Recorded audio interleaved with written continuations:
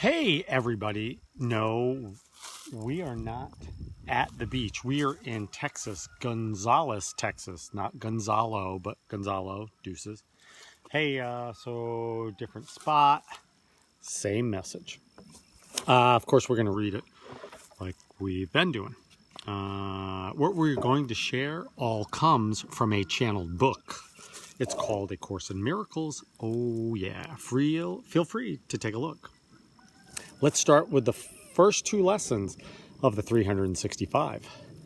There's this way cool guy that we know. He's from Ohio. His name is Kive. What's up, Kive? Callie. Love you guys. Well, here we go. Let's get it started. Hey, do you smell something?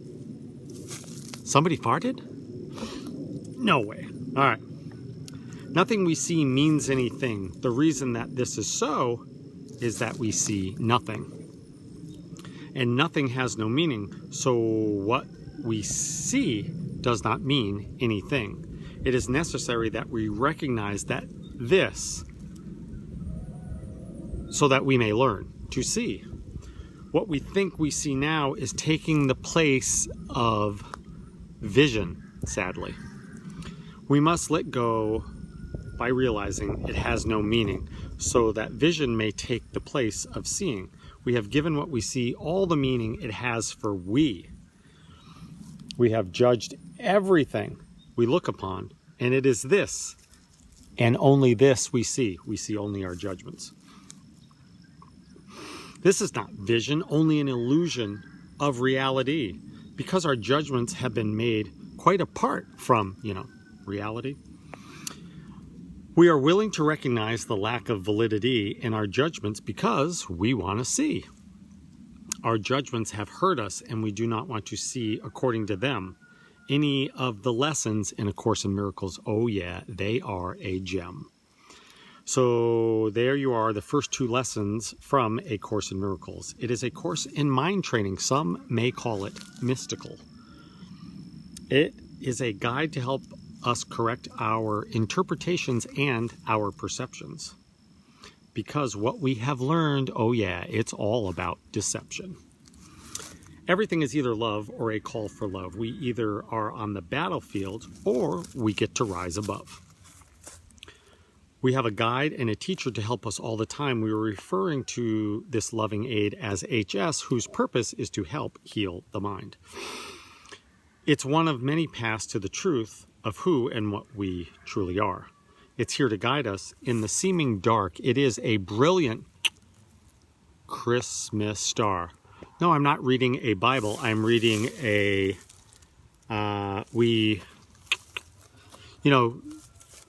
we get messages, and it's about remembering the truth of who we are. It's based off of A Course in Miracles, the Tao, Hinduism, Buddhism, the reality that we are all one, kind of like the macro philosophy of everything is one rather than the world believing everything is separate duality.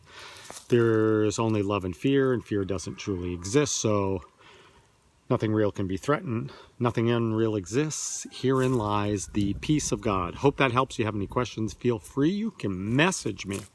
All right, so we were somewhere in here. How about we start right here? It doesn't seem like we are in competition with God. We're not likely to say to anyone, I've got this competition thing going with God, and holy French toast, it is fun. But there are some telltale signs that this is true by the things that we say and the stuff that we do, meaning that we are in competition with God. We are aware that in some areas of life, we're quite comfortable with saying, I am willing to follow God's will. But in other areas where we have a definite agenda, we are not until. We are willing to follow God's will, provided it looks the way we want it to look. As long as we get things our way, just like when we cook. In other areas, we're not interested in even finding out what God's will is for us, because we believe that His will might mean that we have to give up something that is important to us. Someone you know or don't know says or does something that you don't agree with. It upsets you. It takes you out of your peace. Oh my gosh, what should we do? Say thank you. That's awesome. At this point, we are aware. We are feeling fear, not thinking good things. Oh yeah, it's time to repair. It's because of what we're telling ourselves and because of the meanings that we've attached to it.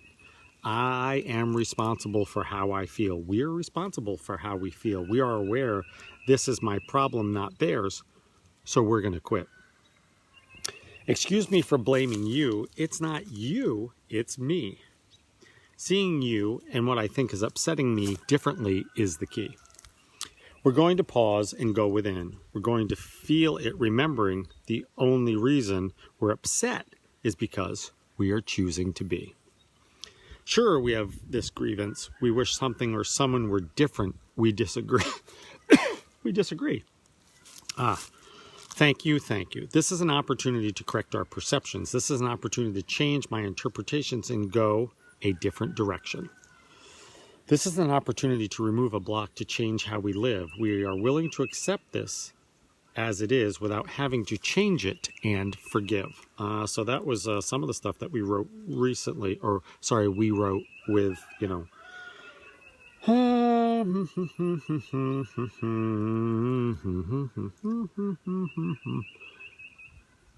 Beneath your words is written the word of God. Regardless of what we are taught, we're not the bod.